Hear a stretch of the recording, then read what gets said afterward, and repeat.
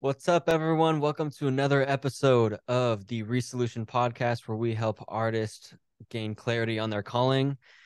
This week's guest is a special one, actually. This man is a professional photographer, a YouTube content creator, and aspiring cinematographer, all at 20 years old. And he is my one brother. So let's all give it up for my man, my brother, my best friend, Joey Lacy. What's up, guys? What's up? What's up? It's an honor to be here. It's truly a treat. All right. Thank you, man. I appreciate that. How are you Yeah, feeling? I'm feeling just amazing. I feel very excited to do this. Let's get on with it. Let's get on with it. Let's just do it. So let's start at the beginning. How did you get introduced to photography? And then that kind of transitioned into videography, correct? Yeah.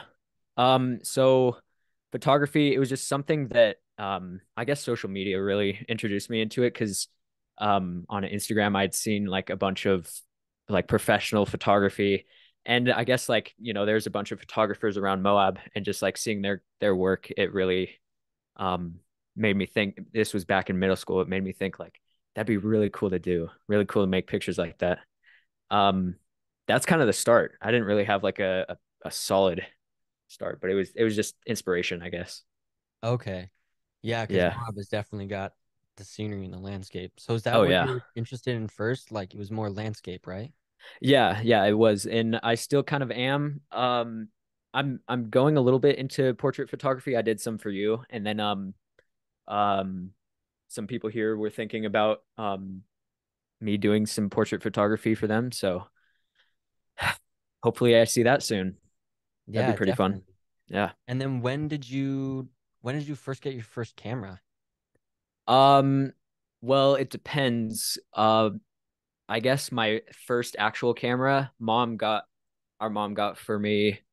I think it was Christmas of my eighth grade. It was a little point and shoot. But the first actual camera that I started using was a Canon EOS M3. It was a mirrorless camera, which I have one now. But it was a mirrorless camera, and I bought it, I think, freshman year of high school, and I used that for like 2 years. Wow, so that was like your first start then. Oh yeah, yeah. And I then took a lot of pictures on that. were those the two cameras that you started using for videography as well? I never used the point and shoot, but the little Canon, yeah, that was the first camera that I used for video. Okay, cool. Yeah. Then what made you get interested in starting like a YouTube channel? Because it sounds like you were just focused on photography because you were seeing a lot of that on social media. Yeah, and I got into YouTube. The first reason that I got into YouTube when I was making videos in 2017, it was it was not the right idea. I was thinking about doing it for money and not for um like inspiring others or like practicing my work in the film industry. I was just see if I can make some money doing this. And seeing uh videos from like Dude Perfect and like Niga Higa, and I was like, maybe I could just make some fun videos and get money from it. And so that was not the right focus. Um, and so now my focus is to like practice um my work with cameras, I guess. Nice, and just editing and that whole nine. Right. Because then if I practice those skills, then I can use them in the future as jobs and not just quick money, I guess. Yeah, like freelance stuff. Right, exactly. Yeah. Nice. That's exactly what I'm trying to do with this channel. It's just Yeah. I've yeah, I'm just trying to work on my editing and stuff, and this podcast has been a lot of fun too. So Yeah.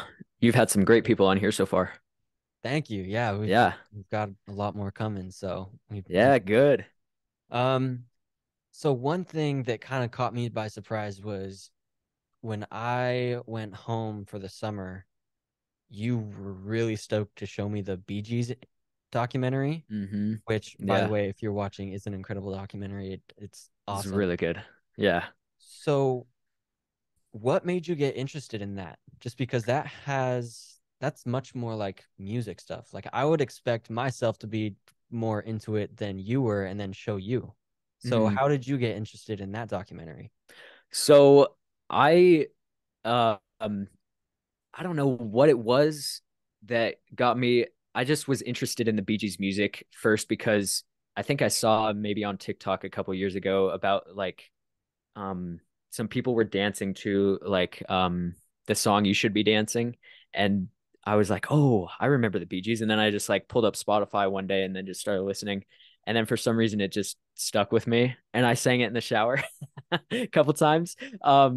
But yeah, I don't know what it was. And then I saw the music video for Staying Alive, and it was not what I expected at all because you hear their music and it's like disco type of music, but then you see I don't know if you've seen the music video for Staying Alive, but they're walking around in a broken down town. I don't know where it was or whatever, but they were like the message of that song, which was talked about in the documentary, was like staying alive because like you said in the or I think like in like New York at that time it was like there was a lot going on and the city was like very dangerous, and so the point of that song wasn't like dance to this, it was like keep yourself alive. I don't know.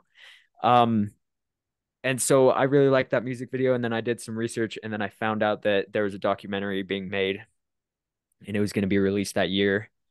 And then I didn't watch it until last year, but I thought it was amazing. Yeah, wow. That's that's interesting you bring up that song Staying Alive because that was actually about I think it was yeah, I think it was in New York and which is crazy because that's basically almost a parallel to the birth of hip hop, Hmm. which that song I actually looked it up came out in 1977 and what was that? I think that was 5 years before The Message by Grandmaster Flash, The Furious Five came out. So it's really That's wild. interesting how they're basically talking about the same events that were happening in New York. So Right. It's very interesting. And yeah, like I remember back when you started getting into like that old school hip hop like from the late 70s, and you were talking about, I think it was the Rapper's Delight, Sugar Hill Gang, and it you were talking about the bass line and how that's similar to Staying Alive. It was either that one or a different song, but they have like the same bass line kind of. Um, I can't, oh I don't know if you remember. yeah, it was the Boom, boom, boom. Oh, another one, Bites the Dust. That's what it was, another the one. same Yeah, bass that line. that was another one. And then the one by Yeah. Chick, which was oh man, that's so bad that I can't remember this. No, it's all right. What was it? Anyway, leave it in the comments if you can remember. I can't off the top of my head. But anyway, yeah, it's really interesting how all of those songs were pulling so much from each other, especially in early hip hop. Hmm. Definitely. Dun, dun, dun, Yeah. dun, dun, dun, dun, So dun. honestly, yeah, it was like dun dun dun dun dun dun dun dun dun dun dun dun That's what it dun. was. So I think it was Rapper's Delight, and I think the Sugar Hill Gang actually took some inspiration from Queen, probably because they weren't nearly as big. Hip hop wasn't nearly as big as Queen was at that time, or like rock Yeah. and roll. So um, and then like the Bee Gees and Queen were like around the same time. So I think hip hop might have picked up some inspiration from the old rock and roll like Bee Gees, Queen. Yeah, I think it was I just remember the title. It's Good Times by Chick. Okay. Oh, Good okay. times I know that song. are the Okay. good times. Yeah, so that's basically how the Rapper's Delight, how that came about was they actually Hmm. had live musicians and Okay. they played literally Good Times by Chick, but they just didn't have the vocals and instead it was Sugar Hill Gang rapping over it. Okay. So that's how that production, Wow. which is yeah, it's wild. But then it was really interesting that point you brought up because which ties it all into Grandmaster Flash or like the the Bronx was burning in the 70s. It was interesting because Grandmaster Flash made a mix where he basically scratched um, Another One Bites the Dust by Queen and then Rapper's Delight. And he was showing, like, non-verbally, he was showing, hey, we're actually using the same things. Like, we're all being inspired by each other. And that's when, like, there was a lot of taboo around sampling was just starting then too. So Yeah. yeah, it's crazy how that all lines up together. Just Yeah. good and Honestly. evil. Yeah. And I knew you'd like that documentary because it showed like the early stages of making new music. And like nowadays making new music, it's like you pick one sample from a song 20, 30 years ago and then slap it on and it's all like digital and easy. But back then it was so like primitive and they had to like come up with their own ideas and like it was just really interesting. Yeah. And what's really interesting too is the same side, but on like videography, because now Mhm. you can just pull off music from YouTube and use it in your YouTube video Um, for the it'll most get part. copyright striked, but that's the only problem. But yeah, yeah, you Yeah, could. It's that's very easy, a lot more accessible nowadays. so accessible, which Yeah. is a pro and a con. Actually, do you see because I see it a lot in the music industry, like how people can just like there's so many sample packs out there people can just buy, throw in a track and make a Hmm. song. But do you see a lot of things analogous to that in the film industry? Um, what do you mean by that? I'm sorry. Like, no, you're good. So because like you're saying, things are so accessible now, Hmm. and compared to even in the 90s, music is in worlds more accessible. Right. And I can imagine that being the case also for like a solid camera. Oh So yeah. you see a lot of I want to say almost mimicking of each other. Do you see a lot of that? Yeah. Does that question Um, make sense? it kind of does. Are you talking about like now filmmaking compared to like back then? Well, like Or how like the accessibility of the Mhm. technology now, do you see how that has affected the art of photography? Like, Yeah. yeah. Yeah, because it's like I guess I'll go back to the old days where people had to they didn't have like photography classes like the first or like filmmakers. Film wasn't a degree until the 70s. And there were no film classes until the 70s. And some of the first students were George Lucas, Steven Spielberg.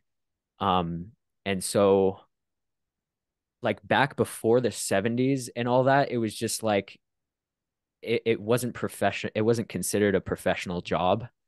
It was considered something. It was like I can't really think of anything to compare it to, but it was like making a play.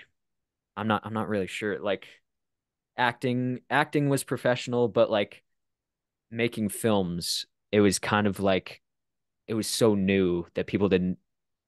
It's I guess like Twitch streaming, people don't really think of that as like a professional thing, but it's becoming professional. Oh. So it's like that kind of thing. It's like new media.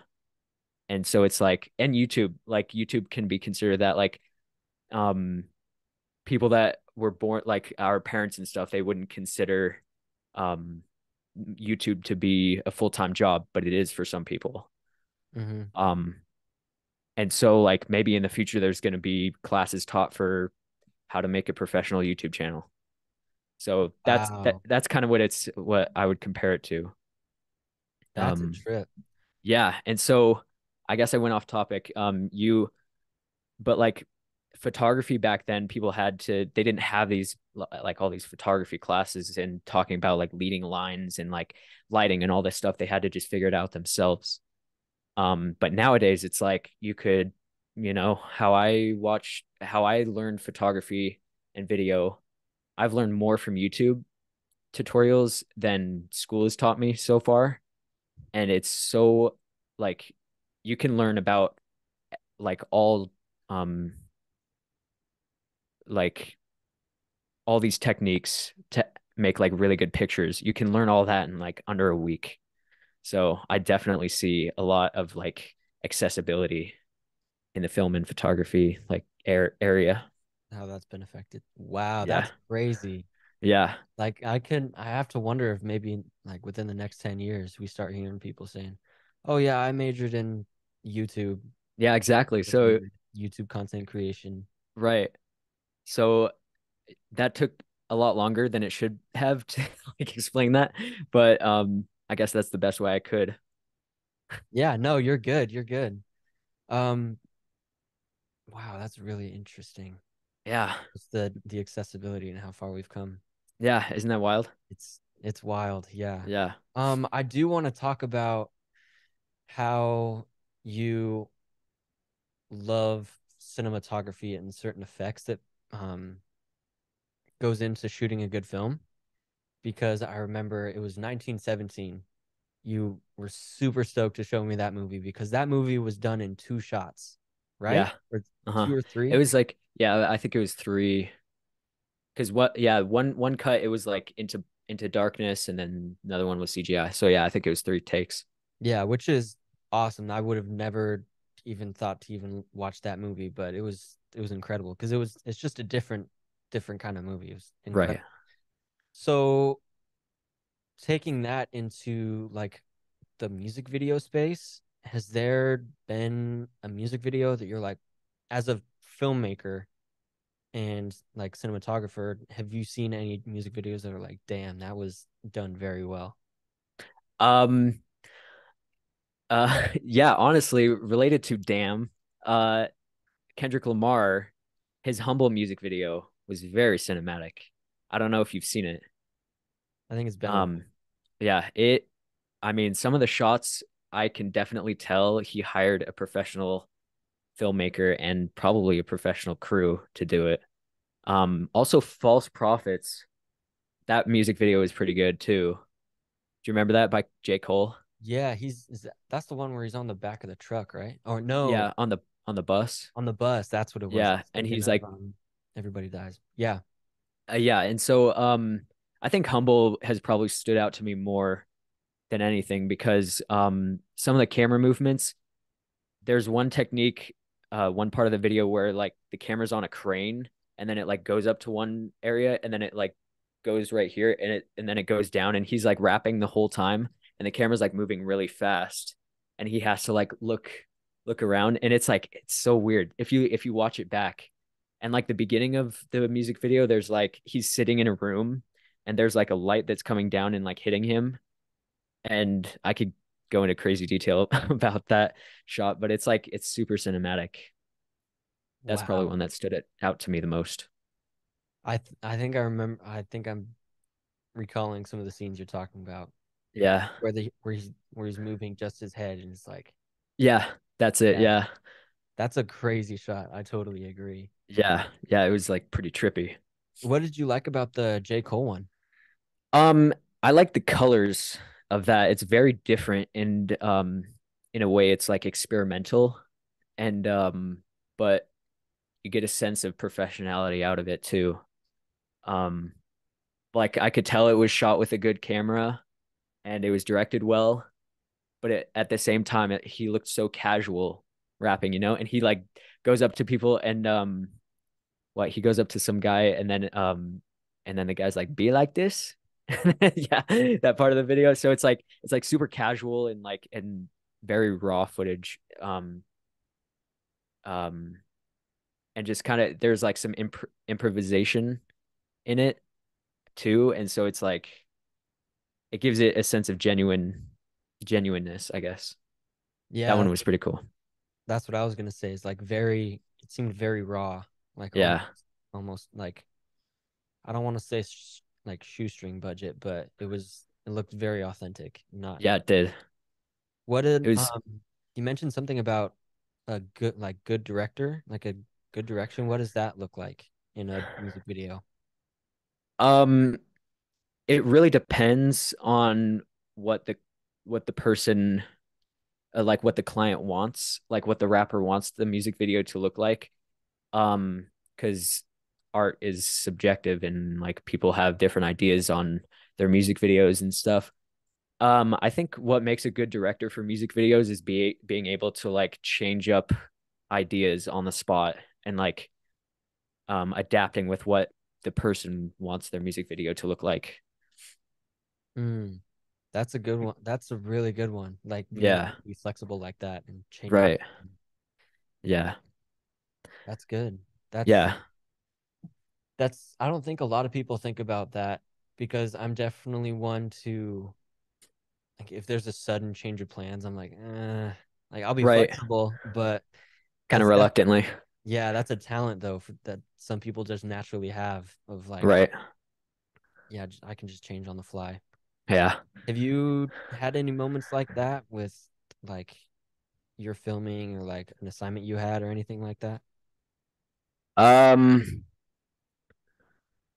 honestly, not really that I can remember. I guess my photography class I had last year, there's just an assignment where I didn't really understand the instructions. The assignment was due like the next day, and so I had to like change everything about it. Um,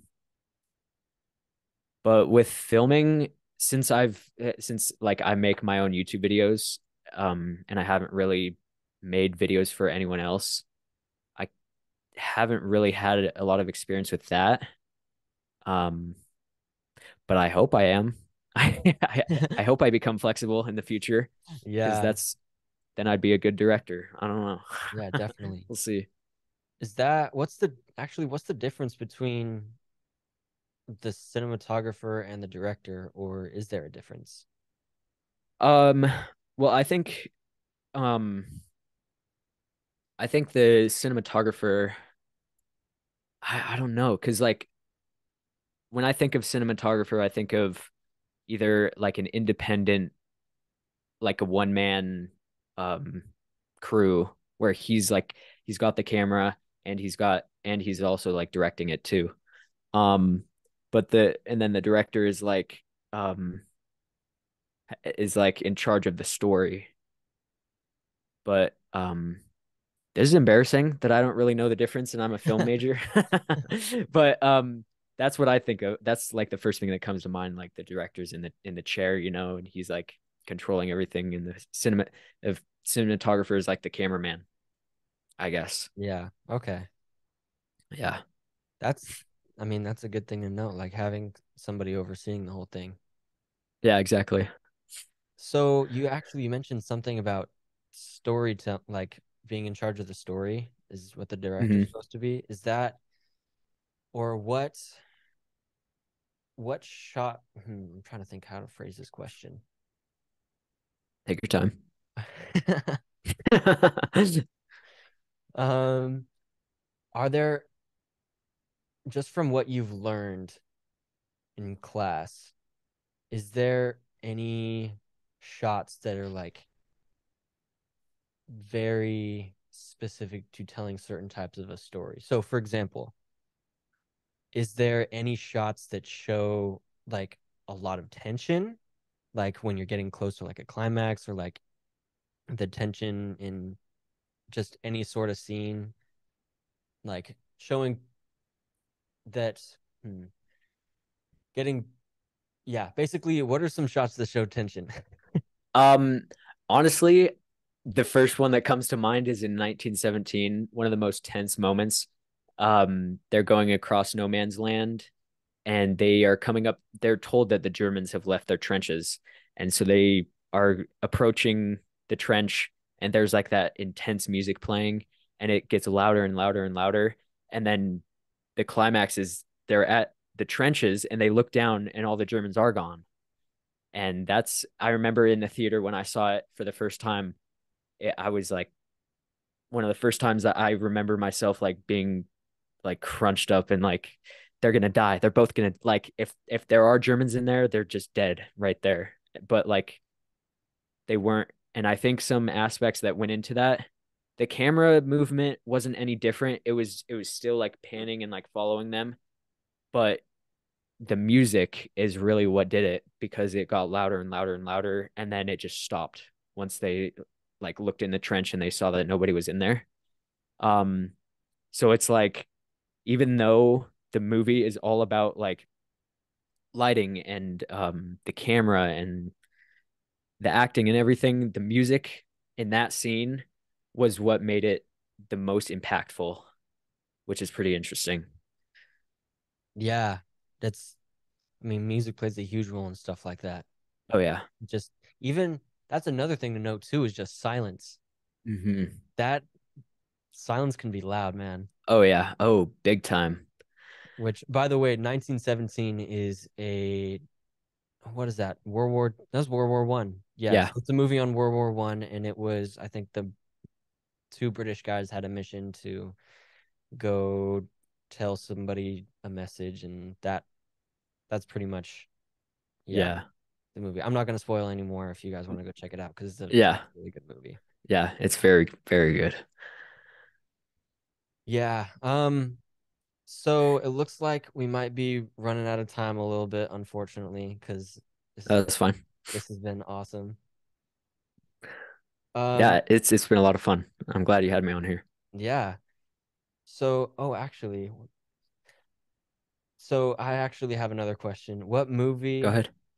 is the most interesting to you in terms of cinematography and why?